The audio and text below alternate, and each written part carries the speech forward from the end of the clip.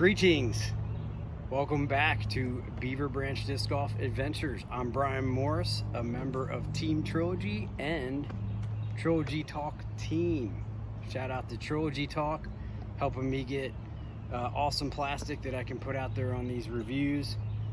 Today we're going to look at 3 different 7-speed discs in air plastic. We're going to look at the Air Underworld.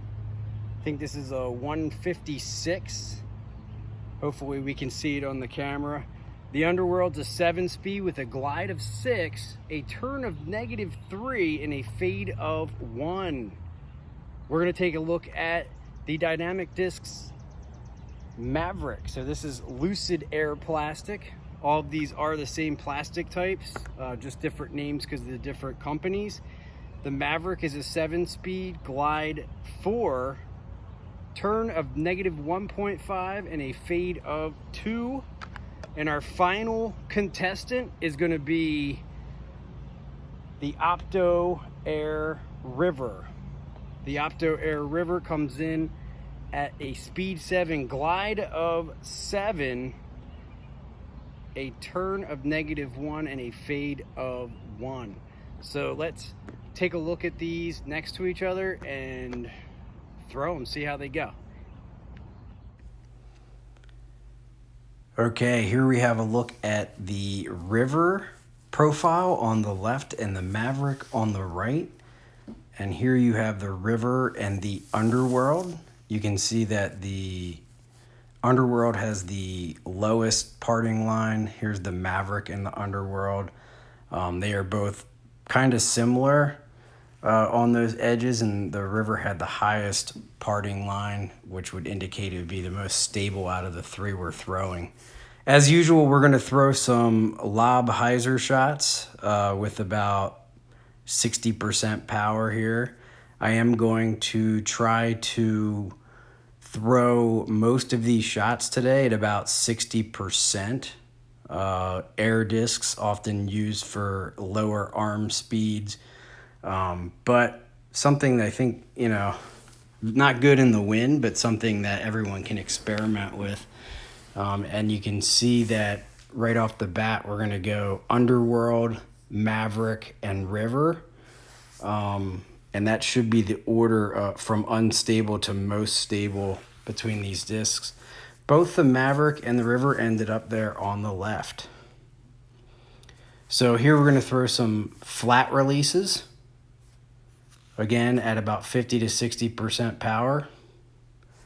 And you can see that -3 turn in effect right there as that Underworld moved pretty good to the right there. Up next is going to be the Maverick. Maverick has that turn of -1.5. Now these Mavericks are notably flat. And I will say that the Maverick did perform more stable than I thought it would. This is the River. And the River has that 7 glide. And in this review, you can definitely see that glide. Underworld over here to the right. And both the Maverick short, I'm going to say 35 to 40 feet shorter than the River. Maverick only has a glide of 4. Here we're going to go anhyzer release, starting off again with the Underworld, trying to softly put this around a corner, and even at 50-60% power, it almost turned into a roller on me. Now this is a disc I throw in regular Lucid in like the 170s, and that is the Maverick. And you can see it faded back at the end, so I thought maybe I didn't put the same release on it, so I come back and actually throw all 3 of these again. Here's the anhyzer release on the River, which had an absolutely beautiful finish. It continued to move to the right with a little bit of fade. It stretched out there at the end. In disbelief about the Maverick fading out, I'm going to try to throw all 3 of these again.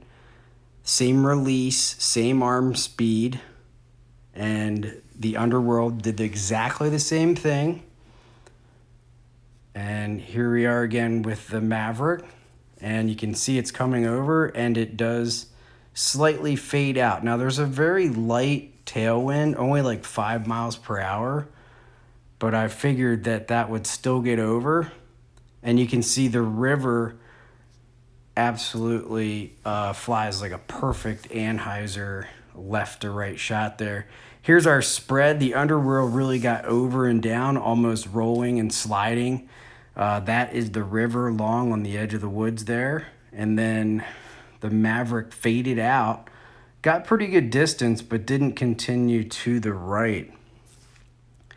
Now here we're gonna get a hyzer release and see if we can stand these discs up on that 50 to 60%. And here you see the Underworld stood up, got a little bit over to the right, and eventually did fade back on the hyzer release. Up next is the Maverick. Pulling on it, I figured this would stand up and move to the right a little bit more, but it actually held the hyzer line. And again, these Air Mavericks are very flat and also appear to be a little bit more stable. And here is the Air River, really stretching out and actually getting a little bit of distance there with that hyzer release. The spread is Underworld, we just passed it, the Maverick, and then the river is the furthest over here to the left. Our last one, we just want to do one more flat release to test it to see where these discs are. And we can see that the Underworld is confirmed understable. It does have that -3 turn, and it definitely exhibited that during this testing. The Maverick, on a flat release here, you can see it went pretty straight, but did have a little bit of fade at the end, and also got to the ground pretty fast before the target that I'm shooting at, which is at about 280.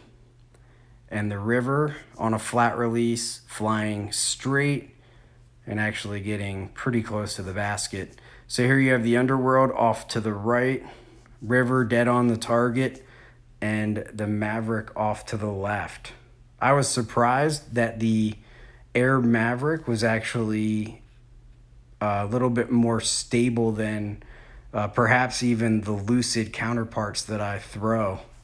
But in general, I think it would be a good disc to get used to the release points and utilize in, say, woods conditions, tailwind conditions, and so forth. Out of the bunch, my favorite of the three was definitely the River, which had some beautiful flights. That's it for this review. We'll see you on the next comparison. Thanks for watching.